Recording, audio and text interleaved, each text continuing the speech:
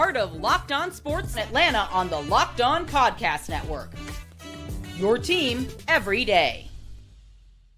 POSTCAST, you're a home for the best Atlanta Hawks talk. It's quick hitting local insight you can't get anywhere but here at Locked On. I'm your host, Tenitra Batiste. Alongside me is NBA and college basketball analyst DeShaun Tate. The Hawks POSTCAST is part of the Locked On Podcast Network, now the #1 sports podcast network. The Hawks wrapped up a 4-game road trip tonight, going 2-2. We'll give you our takes on how things fell apart and the turning point that cost them the game in a 117-100 loss to the Portland Trailblazers. And DeShaun, you said that your take was simple. You can't limit second chance points if you keep giving them the ball. Yeah, definitely can't do that. Again, I'll have to remind everybody, I know you probably hate to hear it, Tenitra. I'd much rather take an ill-advised, poor selection shot, giving myself a 50-50 chance of the ball going in or not, than to give the ball to the other team. In that case, you're not going to get any kind of points that way. The worst thing that you can do is give the ball to the team who scores the most points off of turnovers. Second in the NBA to scoring the most points off of turnovers at 17 points per game for the Portland Trailblazers, who you're already up against it. With in terms of a size disadvantage. They were just running guys that look like the Monstars out there every single time that the horn blew and somebody came out there to substitute. But you've got to be able to protect that basketball. And you also had to be a ball hawk yourself, because we know that they average a lot of turnovers too. You didn't get nearly enough of those opportunities on the defensive end either for the Atlanta Hawks. So we didn't see them step up nearly as much in that department either. So I just think that, there were stretches where they definitely did, but it just did not, it just really wasn't enough of that. Just from a size standpoint, would have been nice to see Kristaps Porzingis play. I gotta make sure I mention that before I get out of here, Tenitra. But no, just overall a competitive game, slightly underwhelming, definitely disappointing, because you just look at it just for face value and assume that this is going to be one of those games that you win. You break even at 500 on the road on this one. It's nice to be able to go back home, I think, because we know that it seems like they don't play nearly as well at home as they do on the road. Yeah, which is an odd statistic. I heard the number that they are second in the Eastern Conference in terms of road wins. So yeah, this was one that seemed like it was theirs for the taking, not a true back-to-back, because they didn't play last night. So certainly their leg should have been under them. And I would say maybe 2.5 quarters were competitive for this Hawks team. I don't know if I would call this competitive through and through, but at least 2.5 quarters they were competitive. So I didn't see any signs of like fatigue or, they didn't have their legs under them. They looked quite fine until they didn't. And yeah, I think when you look at the other team's number of possessions and you see that they had 95 field goal attempts to the Hawks 81, typically speaking, that type of disparity is going to dead you, especially when you think about the fact that part of the reason they had that was because they kept putting themselves in position for second chance points. I mean, Portland had 20 of them to the Hawks 9. So when you have that type of disparity, then it kind of explains how Portland was able to come back. I think that, Tenitra, with the fact that they're just with the bigger team that they already are, I think they're #1 in the NBA in offensive rebounds. And so that doesn't help them in this particular situation at all either. We already talked about the size disparity. But playing very well at home, and not just at home, but they're playing pretty well at home against the Atlanta Hawks. I think 9 consecutive, going all the way back to 2016 or 2017 wins over the Atlanta Hawks at the Moda Center. Just really feels like it's kind of like a mental thing almost to a degree, but hopefully they can get that together sometime soon. Indeed. And, when you look at as well, I think you'd mentioned it earlier too, when you start looking down that box score and you see that rebound disparity of 54 to 40 in favor of the Blazers, but in particular, it's the second chance points that really got them, because the Blazers were able to get 16 of those 54 rebounds to be offensive rebounds. and they were able to score 20 points off of them. So yeah, those are the types of things. Or when you turn the ball over, that's another opportunity, another possession that the Hawks don't have because they're giving the ball away to the Trailblazers. So yeah, 20 turnovers tonight, but the defense didn't allow the Hawks to get back in time. So then the Trailblazers were able to turn those into 28 points. And yeah, that's really a recipe for disaster. And my take on it, in addition to agreeing to what your take was, is that CJ McCollum, well, he looked comfortable at home. Nobody else did. And when I say home, meaning this is the team that, of course, drafted him. Portland did, and he played 9 seasons in Portland. And you could tell that there's still that affinity, by the way, because there was the standing ovation for CJ McCollum when he took the court tonight. But yeah, he looked like he was fine in his old gym, but his new teammates, not so much, except Onyeka Okongwu, who kind of came alive in that second half, if you will. But it was like everybody else was kind of just standing around at points and just, I don't know, kind of waiting for somebody else to do something. And we saw a lot of that, DeShaun, later in the game, a lot of stagnation. And this is a team in the Hawks that typically they move the ball. That's one of the things that they do very, very well. So to see them have 23 assists, that's kind of a modest number for them, but that's kind of one of those undercurrents that tells the tale of what started to go so very wrong later in this game. So yeah, I think, like I said, CJ McCollum, and we've been saying that that's been a sneaky good get for the Hawks. You saw some veteran presence, some veteran leadership on the court tonight from CJ. And again, just 29 minutes that he took the court tonight, but he was able to score 20 points, and he was able to get to the free throw line more than anybody else on this team. 3 boards, 4 assists, a steal, and a block. So, like I said, CJ McCollum showed up tonight. He looked comfortable back home. Onyeka Okongwu eventually got there with 26 points in 37 minutes, and he even had 5 threes made. So good for him. Missed a double-double by just 1 rebound, and of course had 3 steals and a block. But again, nobody else, especially in that second half for the Hawks, looked at home on the court tonight. Well, you know what? He wasn't the only one that looked comfortable at home tonight. Shaedon Sharpe looked comfortable at home tonight, and especially against the Atlanta Hawks for whatever reason. And he's more than an athlete. I know he gets talked about a lot for his athletic ability and, highlight reel dunks and things like that. But 24 points again for him on tonight. The last couple of games, 30 plus against the Atlanta Hawks in both of those meetings on last year. But I think that some of the things that I thought that the Atlanta Hawks really needed to do because of the size disadvantage is kind of dare Portland to shoot. They don't shoot well from the 3-point line. And they really just kind of knowing that you were going to be out rebounded if you're the Hawks being undermanned in the front court is you had to make sure that you were quicker to the long rebounds than anything else. Maybe, get out and transition a little bit as much as you can, get those big guys over 7 feet huffing and puffing, and things like that, and getting out in transition, calling for those outlet passes and beating them down the floor. But they were getting back, they were moving their feet and kind of prepared to get back on defense and start setting back up and things like that. So that didn't really go the way of the Atlanta Hawks. I don't know why they didn't do that a little bit more, because I don't think that Portland was completely prepared for that. But we know that they get up a lot of 3-point shots too, and they're not really efficient from 3 either, talking about the Portland Trailblazers. But a couple of them that they needed on tonight, they definitely got those to kind of keep them within reach to be able to extend the game a little bit more if they're able to keep dominating on the inside. And that's exactly what happened, DeShaun. When the Trailblazers went on their run, it was in the area where you least expect them to take over. Before a little stretch of this game, it was just enough of a stretch for them to pull away. Hawks never recovered. We'll talk about that turning point when we come back.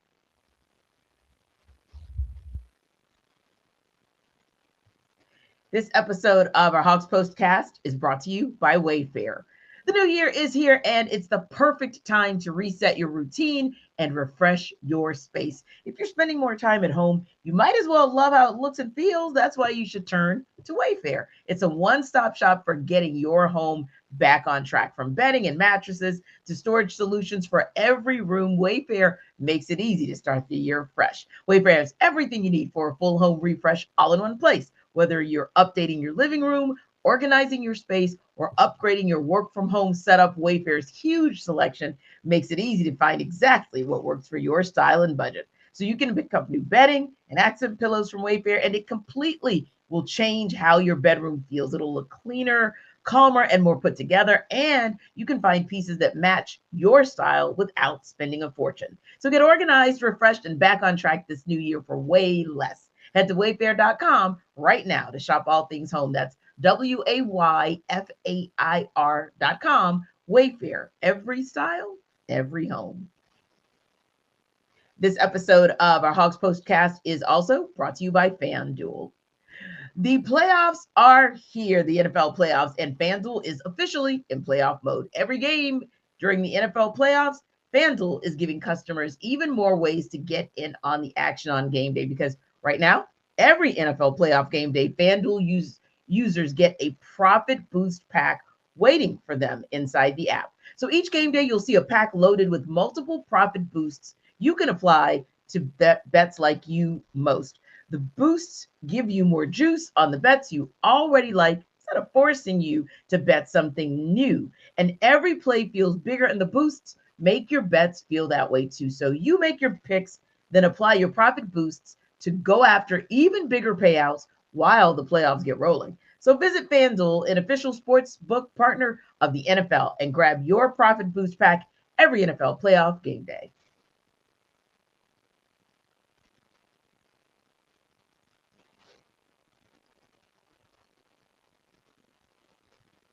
So DeShaun, the Hawks went into the second half somewhat in control, but it was kind of a weird situation because certainly they could have had an 8-point lead going into the half. It was only 2. Turns out they probably should have had that 8-point lead because they needed it, because the third quarter is where things started getting out of hand, but it was an 18-2 run over a 3-minute stretch in the fourth quarter. That was the turning point. Time to reveal where the game was won or lost. It's the turning point. DeShaun, it just kept building in that fourth quarter. I mean, the Hawks started the fourth quarter just kind of looking at the Trailblazers going from an 11-2 run. Then it became 13-2. And ultimately, from about that point in the third quarter, about the 10.5-minute mark, right around like that 8-minute mark, the Trailblazers just absolutely went off. It was almost like they could do no wrong. And the Hawks were just kind of standing around, not with an answer, if you will. And so whether you look at the start of it with a 3-pointer from Love, and it just kept coming. It just kept coming. Love, again. And then it's like it seemed like every one of the Trailblazers touched the ball during that stretch of time. And really, other than one shot from the Hawks, it was like that the whole rotation went silent. Yeah, Caleb Love almost looked like he was wearing that Carolina blue all over again for some reason. It's like, and he's just that type of player. When he gets going and he gets hot, he can't, miss a shot on purpose. And so, he's kind of one of the ones that kind of spearheaded that run a little bit for Portland. The interesting part about that particular run is it was Portland's players coming off of the bench that really contributed during a lot of that. You had Caleb Love. Obviously, Jeremy Grant came in and produced and gave some important free throws and some rebounds, things of that nature. Ryan Rupert was one of them as well. Let's not talk about him. I know. It's just it was tough, Tenitra, because when you have guys that aren't expected to come in and do anything, and they come in and make huge differences in the game collectively, not just one guy, not just two guys, but multiple guys, and start spearheading a run. I think that's kind of where it makes a difference. And for this team, where I really think that Portland really needed that. They needed that help. Maybe they don't have necessarily talent that Atlanta has, but they have the guys that's going to go in there, be workhorses, mix it up a little bit, be physical.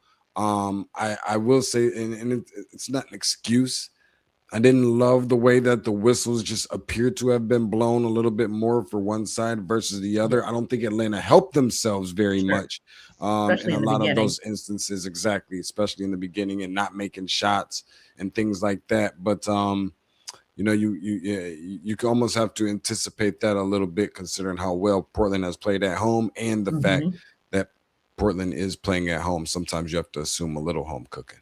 You do. You really, really do. And so with Portland, and it ended up being pretty even because the Hawks ended up getting 22 free throw shots and Portland got 24. They both made 17 free throws each, oddly enough. But those are the little factors that as they start to stack onto one another, you kind of see how Portland was able to pull away from this game. And yeah, it was one of those where the Trailblazers just kept going on these stretches going through these stretches where they were just hitting everything and the Hawks were in a drought, and they end up outscoring the Hawks 29-14 in that particular quarter. But yeah, we had not talked about this in such a long time, and I saw that Robert put it in the comments. He said, go ahead and say it. So we're going to go ahead and now say it. It was the return of the random role player. So yes, DeShaun, you were absolutely right that the Trailblazers got some good contribution from their bench overall. They got 55 points from their bench to the Hawks 34. But let's just face it, it was Rupert that did the crazy damage that really, really made us like scratch our heads and really, really made us kind of like cringe, because not only did he do damage of scoring 13 points, but he scored 13 points in like 16 minutes. And he went 5 of 7 shooting, and of course 3 of 4 from 3. And it's like, come on, man, that's not how you end the road trip. Yeah, whenever you go 75% from 3, I think that's more than enough to let me know exactly what type of night is going to turn into. And if not nothing else, who should definitely be worthy of being considered the random role player of the night. And like I said, it wasn't just him in some of those instances. Like within a particular stretch, absolutely, no question. But some of these guys like Reith, I mean, I get it. Robert Williams is always going to be a workhorse. I think he had like double-digit 11 rebounds or something like that. But the size and for them to do what they did, not just about how they did. Sometimes it was about when the whistles were blown, but having Chris Murray, who was out tonight, as well as Danny Avdia, who's maybe a lot of people's personal pick for getting all-star consideration in the next few weeks. Like it was a little bit surprising. I mean, the team that kind of in its own little way have been in the conversation with other franchises for being considered go there and you're in the graveyard kind of thing.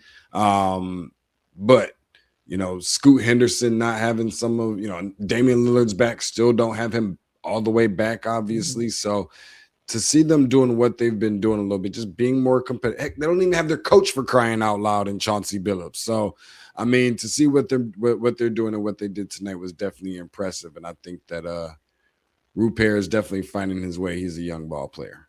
Yeah, and you mentioned this earlier. It was one of those games where Jalen Johnson and Nickeil Alexander-Walker were two of those early victims of those whistles, because and I think when you get taken out of the game that early, sometimes it is difficult to kind of bounce back. And you did see a little bit of a bounce back from 11 points. You saw a little bit of a bounce back from Jalen Johnson, double, but it was a quiet one. It was just 12 points. It was 11 rebounds, 6 assists, if you will. And Nickeil Alexander-Walker, 11 points, 6 rebounds himself, and 7 points on the night. But 7 assists on the night. But ultimately, it was the fact that they both found themselves in early foul trouble.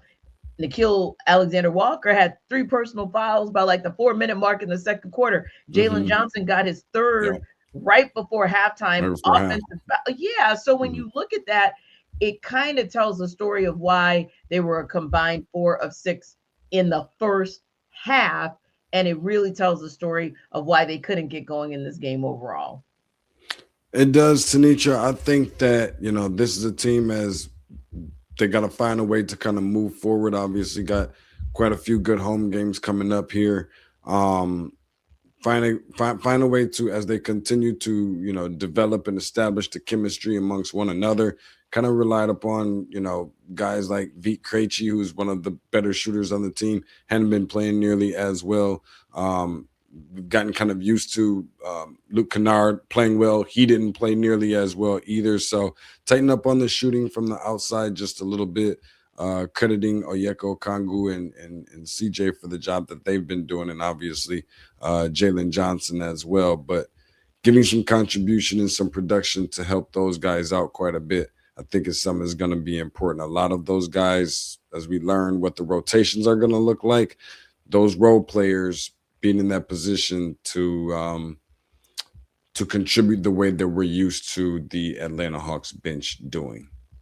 Yeah, indeed. Well, they have another test. They are actually going to spend the night in Portland, and then they're going to take a red eye back home, and then, of course, get prepared to host the Celtics Saturday night. The Hawks Postcast is the #1 place to hang out after every game, and is part of the Locked On Podcast Network, your team every day. So remember, like and subscribe to our YouTube channel. And for more on the Hawks, check out and head over to Locked On Hawks with our guy, Brad Rowland. We will see you next time.